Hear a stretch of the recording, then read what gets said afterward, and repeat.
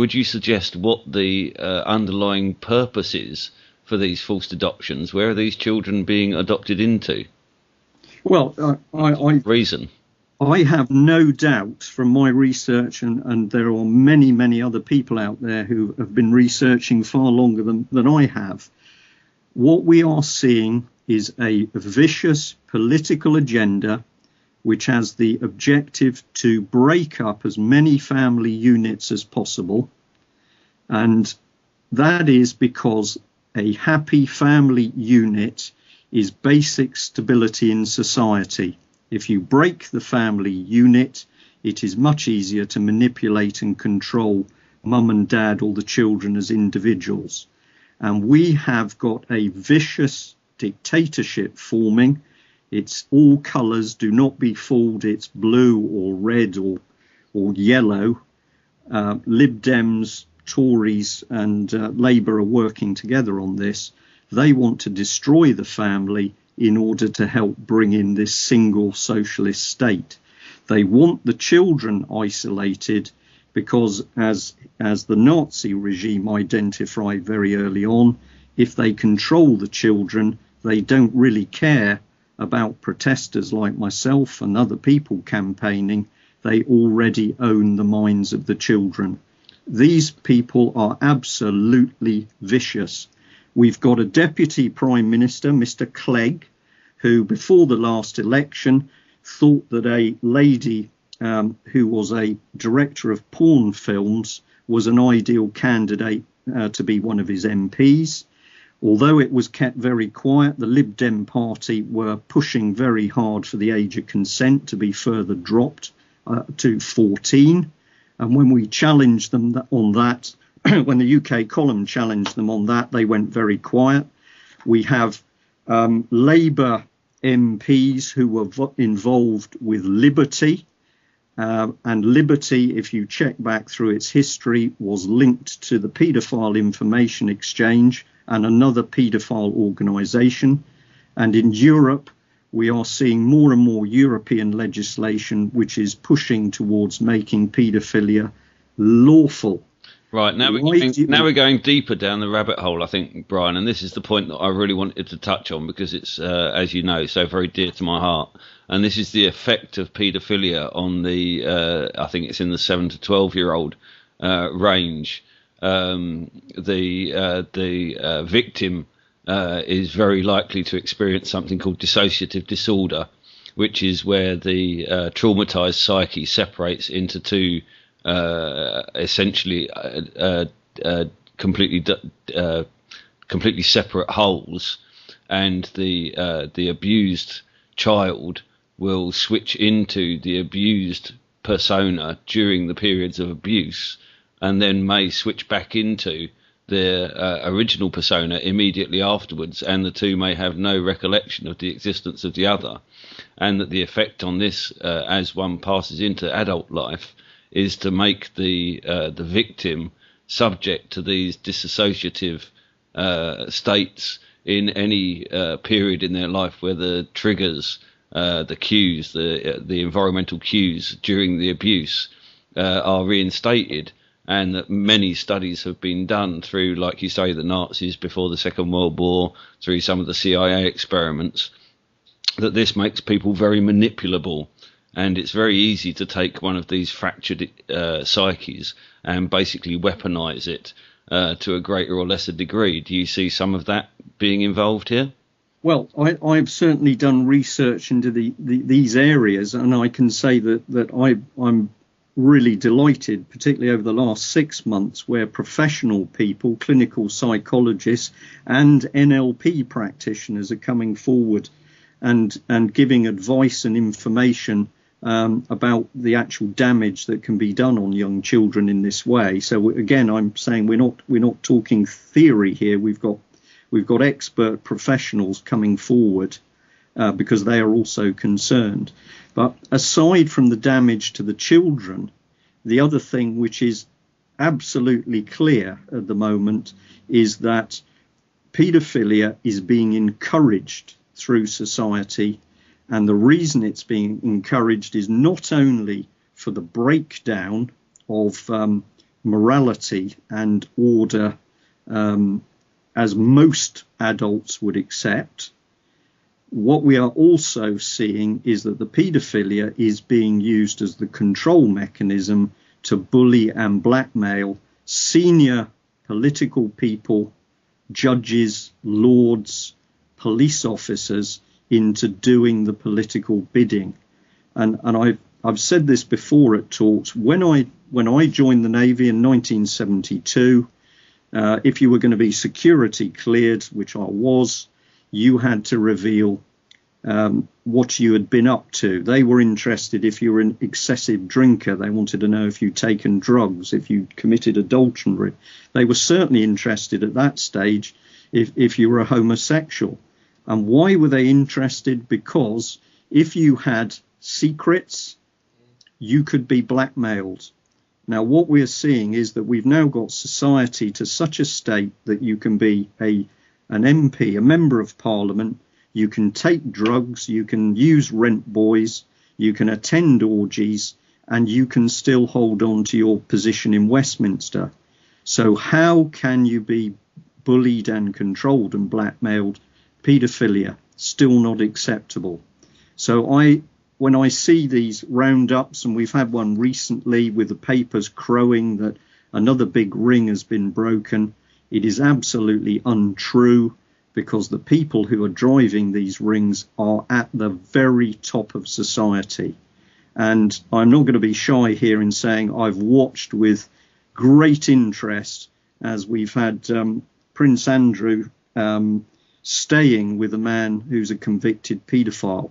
I think we need to ask some serious questions about who we've got governing this country and what their true motives are. I mean, something that I would like to add here is that in my researches into paedophilia, which, like I say, is a not necessarily a pet topic of mine, but certainly something that I haven't personally experienced, but have had so many friends and loved ones who have had direct experience of it and the fallout that results from it, is that paedophilia is not a natural predilection of the heterosexual person, not even necessarily of the homosexually aligned person. It would appear to be something that is brought about by being preyed upon by a paedophile as a child, and that the real misfortune of this is that a paedophile will not go on to form a lifelong relationship with a child. They will constantly need new children. And as a result, every single one paedophile that reverts to the pre-programming that happened during their childhood abuse, yes, then goes on to create thousands more, or certainly possibly the potential of hundreds or thousands more abused children, who will then have a predilection towards the abuse of other children.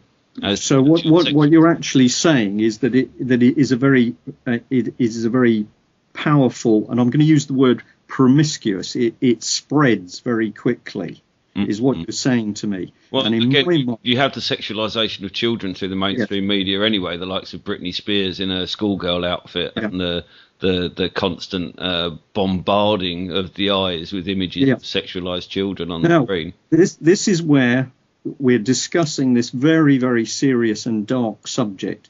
But if we come back to factual things, people may ask themselves, why is it that an organisation like Liberty originally had members who were campaigning to allow people to take pornographic pictures of young children? We've got an organisation called Liberty, which is supposed to be defending liberty, and that was what it was doing back in the 80s. Now, people who look out there, most of the listeners are going to be good people. They're going to be nice people. And one of the things that I try and get across is just because you are nice does not mean to say there aren't some absolutely wicked people out there. And if you believe that wicked people are at the bottom end of society, they're the criminals, I'll say to you, there may be criminals, of course there are, at the bottom end of society, but the really dangerous criminals are the ones sitting in warm, well-lit offices in pinstripe suits. And we are looking at the moment at our Parliament, which is absolutely turning a blind eye to the Holly Gregg case, where the young, as she was, Down syndrome child was raped by senior members of the Scottish establishment. We have not yet got one MP who has offered to come and look at the documentary evidence. And when we put these other cases forward to MPs, they lie, they prevaricate, they refuse to see you. And you have to ask why. And I'm going to say to the audience, and I don't say it lightly, I have come to the opinion that none of the MPs will help because they are implicated in this massive abuse on young children. The paedophiles are in Westminster. That certainly is borne out by a lot of the researches that I've done, and alarmingly, the numbers of already outed paedophiles is just vast. When I trawled through the list, my jaw just dropped further and further. Absolutely. Further, and the list was actually for people that had been convicted. Yes. Various nefarious activities. So this wasn't just the suggestion of people, rumour mongering. These are actual court cases, and the list was enormous. I'll take this further, but and this is where I have been educated. I have professional people who've taught me a lot, including police officers, about this very nasty subject. But if you like sweets, where would you like to work? It's a sweetie shop. So wherever we have children, and particularly vulnerable children, we can expect to see that is the place where the paedophiles are going to focus their attention. And if we now have, as we do, secret family courts, which are taking children, and in many of the cases, the children, once they're removed from the parents, disappear because the parents are not allowed to know where the child is living or under what conditions. That is an absolutely perfect breeding ground to allow the paedophiles to carry out their dirty deeds. And it is absolutely naive for people to say everybody in child services is a dedicated, nice person. That is definitely not true. If we then add another subject, the paedophile needs to groom the child in order to ultimately get their way sexually with the child. What we are now doing by the likes of Common Purpose and leadership training courses which are going through the NHS and the soft social services is to teach people how to use powerful psychological manipulation techniques which can change people's minds, remove objections.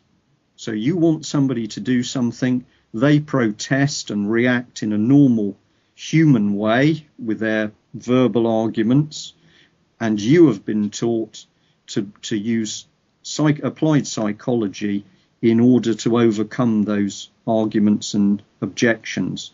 So we are now giving paedophiles the psychological tools to groom the children even faster.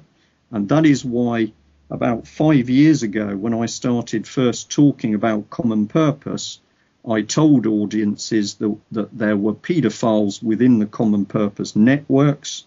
And in the last year, 18 months, I've been proved absolutely correct, because as one key example, we had a vicious paedophile called Matthew Byrne, who was on the Merseyside Common Purpose Advisory Board. So he was there mixing with young people through his daytime job, and he was working within a secretive Common Purpose network, which is going into schools and colleges to recruit people. That is the sweetie shop.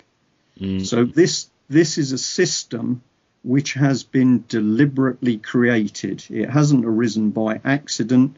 This is a vicious system which has been created in order to help pull our society apart from the inside.